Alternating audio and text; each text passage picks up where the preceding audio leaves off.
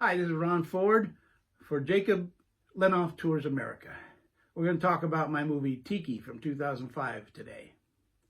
Tiki was, how did I get the idea for it? Well, I didn't really. It was from Fred Olin Ray, the owner of American Independent Pictures. He wanted to make this, Fred, he's made tons and tons of low-budget movies. That he's got his own company and distributes a lot of stuff. He's quite well known in the low-budget film fan community. Anyway, he wanted to make a movie that played off of Charlie Band's Puppet Master movies, to kind of cash in on that, but he didn't want to make it in Hollywood. He thought using a tiki doll was such a unique idea that he knew someone would steal it from him. I don't know if that's true or not, but that was his concern. And so he hired me to make it, write and direct it. I was living in Spokane then, so it was made far outside of Hollywood, far away from Hollywood. He had basic idea of a girl who's bullied and it goes into a coma, but she has this tiki doll that protects her, and it dispatches all the evil kids one by one according to their own fetishes. Each one is obsessed with something. One of them's deeply into shoes. One of them wears too much perfume, et cetera, et cetera. They all had their own little quirk, and it played into their death scenes. How much of an influence was Trilogy of Terror? Well, it was quite a lot of influence. Fred Olin Ray loved that movie. He loved that doll, and he pointed that out as a place to start from. He wanted the doll to kind of look and move like that thing.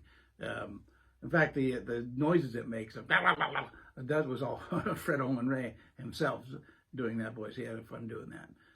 So story-wise, nothing really to do with Trilogy of Terror, just that doll.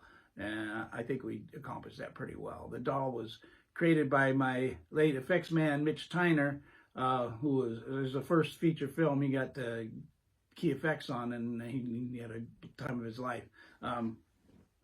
Here we have, I don't have any of the dolls left, but I do have the mold. Upside down? No. There's the head. There's the body.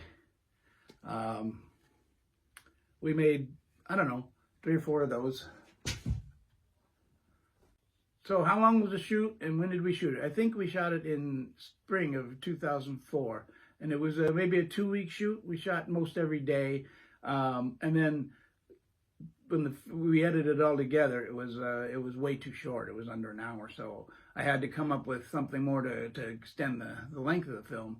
I came up with the wraparound story where, if you know the movie, the blonde girl, I can't remember any of his character's name, it was so long ago.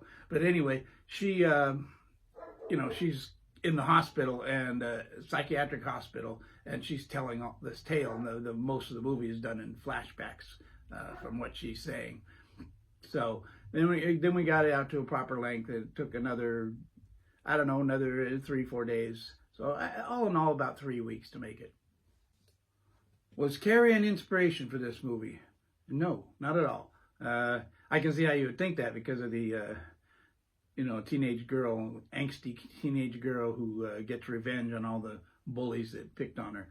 But no, it never occurred to me, I don't think, during the making of it. How did I get the idea for the girl who gets killed with a shoe? Well, like I say, she had her own obsession with shoes. She had a closet full of shoes. So I used that as a focus for her death scene. The closet itself was just a couple of clothes racks in the basement of my house. We filled them with clothes, and that way we could shoot all around it without being in the confines of a tiny closet. Dan Anderson, who plays one of the bully boys in the movie, he also helped out a lot. He was hiding in those clothes, and he had the tiki doll attached to a stick, and in its hand it had that shoe. So he, as she came by, he would stick the tiki out from between the clothing and start whacking her in the head with the shoe. He's not seen; he's hidden behind the clothes. Then she falls, and her head falls on a spike heel of a high heel shoe, and it pokes her in the back of the head and kills her. That was just simply her laying down in front of the shoe. It's a lot of quick cutting, but there's no actual special effect in that moment of it. How did we do the effects? Well, the Tiki, there were several different versions of them. There was the stunt Tiki that could be thrown and stuck on sticks and things like that didn't really have any movement. And there was another one, a puppet version, where he could move his arms and stuff. But a lot of it was another just dummy of the Tiki doll mounted on top of a remote control car, and we shot it so that above the car, so you just see the Tiki moving. It's quite effective, actually. There's one scene in the barn where Dan Anderson gets strangled with barbed wire by the Tiki, and it's riding on his back. That was just the doll was pinned to his back, and he did it all with performance, and very nicely, I might say. The last scene, in which the girl gets scalped, her whole face gets scalped, skinned, was, like I say, we had to shoot this wraparound thing as an afterthought.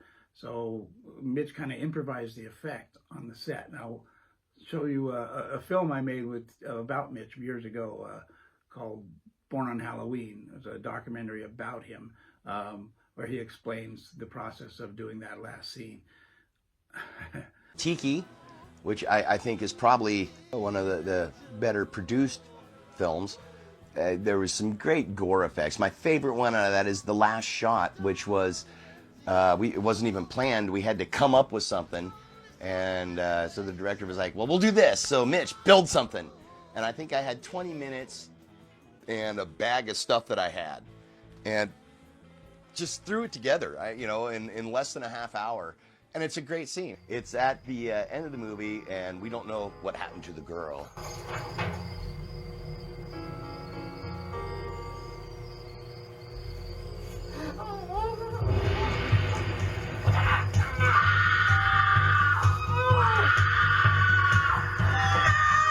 And I don't know, for some reason, it makes me laugh every time I see it, and I don't know why. Probably because I'm a horrible person.